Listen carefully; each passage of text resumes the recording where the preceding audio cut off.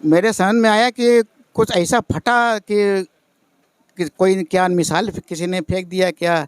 जब बाहर हम रोड पे निकले धुआं ऐसा उठा और मकान, हम तो सोचे कि हमारा सिलेंडर फट गया क्या। जी नमस्कार, मैं सुशील मिश्रा स्वागत करता हूं आप सभी का कौशाम्बी टाइम्स में।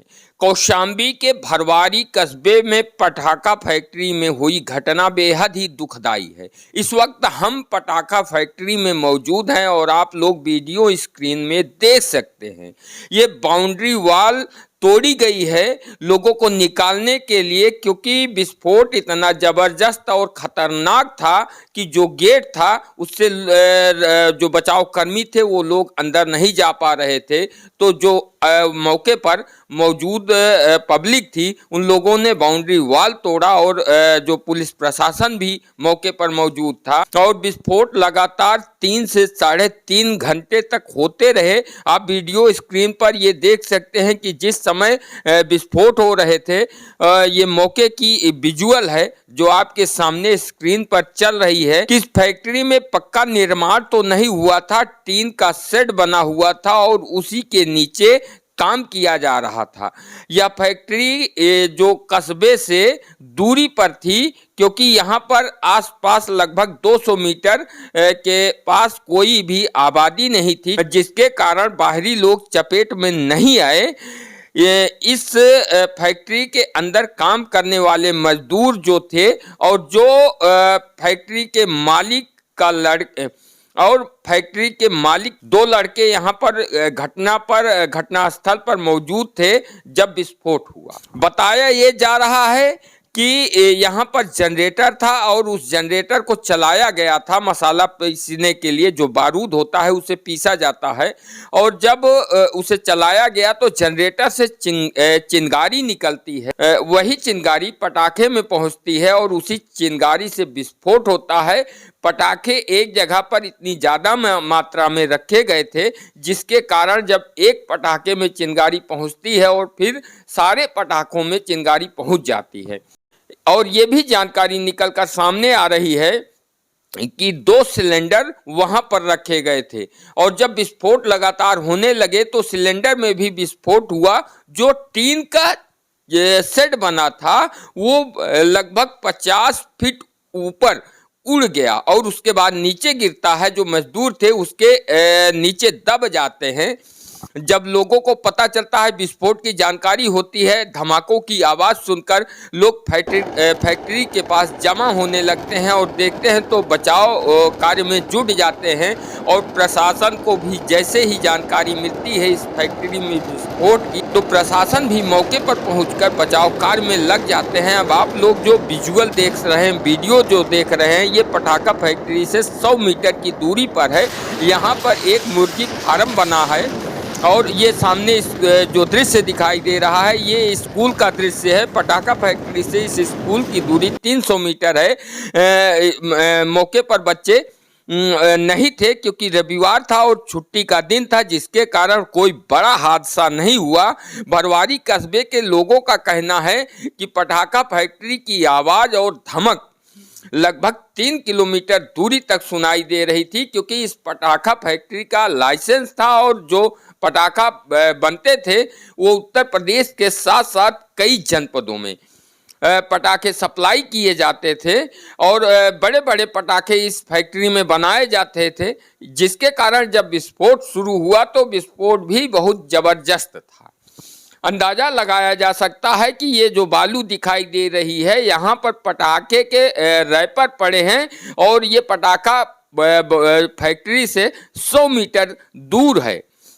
तो वो जब पटाखों में विस्फोट होना शुरू हुआ तो पटाखों के रैपर यहाँ पर उड़ उड़ कर गिर रहे थे। मुर्गी फार्म यहाँ पर पास में ही मौजूद है। वहाँ पर काम करने वाले लोगों ने बताया कि हम लोग यहाँ अपने घर को छोड़कर 1 किलोमीटर दूर जाकर खड़े हुए, क्योंकि इतना विस्फोट जबरदस्त हो रहे थे। आप वीडियो स्क्रीन पर देख सकते हैं, हमने हाथों में अपने एक पटाखे का रैपर लिया है और दिखाने का प्रयास कर रहे हैं आप लोगों को। हाई टेंशन तार भी यहाँ से निकला है। सामने स्क्रीन पर हाई टेंशन तार का जो पिलर है वो दिखाई दे रहा है। यहाँ पर जब विस्फोट शुरू हुआ तो लोग दूर से ही इस विस्फोट को देख रहे थे, क्योंकि विस्फोट इतना जबरदस्त था कि कोई भी पास जाने की हिम्मत नहीं जुटा पा रहा था। हम पटाखा फैक्ट्री से 300 मीटर की दूरी पर हैं और आपको बता दें कि पटाखे का विस्फोट इतना ज़बरदस्त था कि यहाँ आसपास जो मकान थे, पटाखा फैक्ट्री से 300 मीटर की दूरी पर बने मकान हिलने लगे थे। लोगों को समझ में नहीं आया कि भूकंप आया है या कुछ और आया है।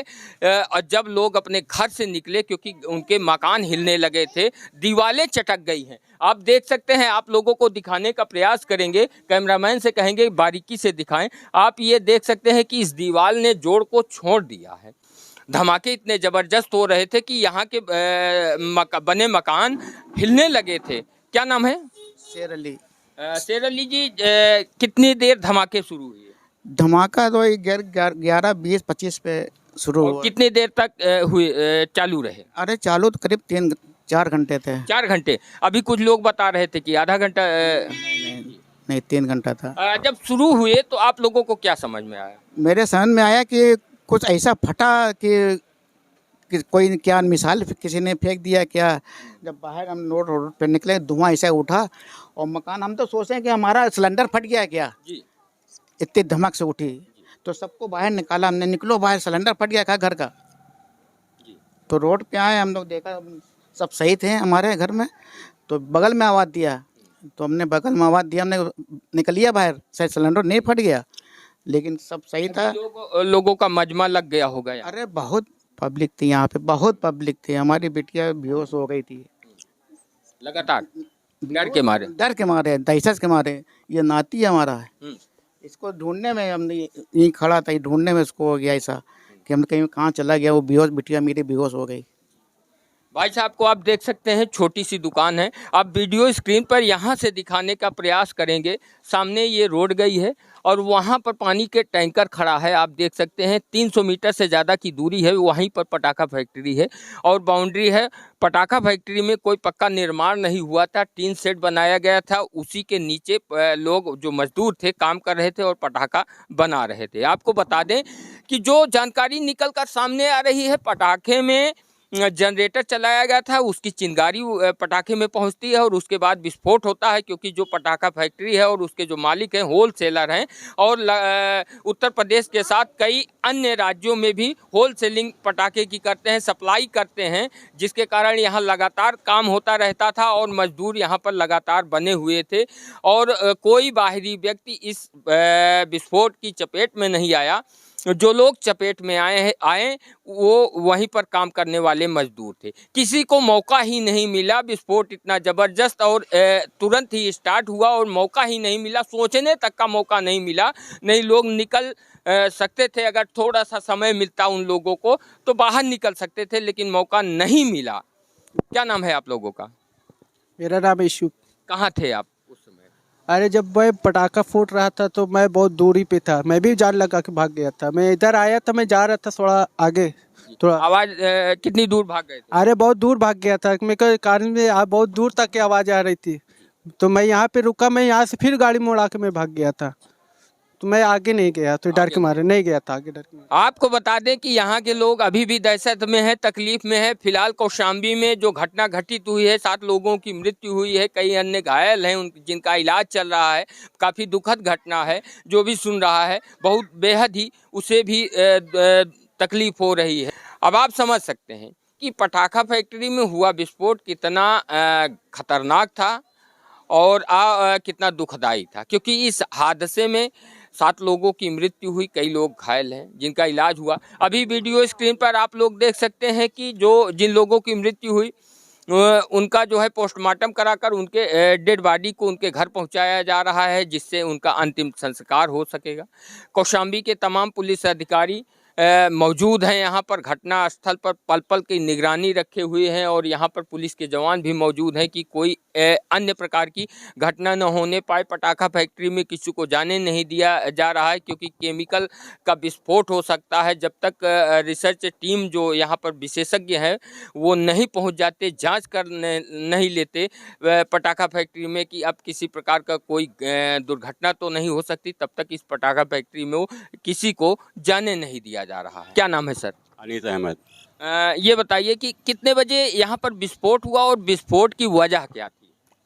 अरे 11:30 बजे हुआ है। 11:30। हाँ। किस कारण हो रहा था? अरे पटाखा बना रहे थे। हाँ, कुछ हादसे की कोई वजह तो रही होगी। और वजह ये है कि पटाखा बना रहे थे और एक जहाज निकली है। जी। अब जैसे जहाज निकली है वैसे ही धमाका हुआ। धमाका हुआ। हाँ।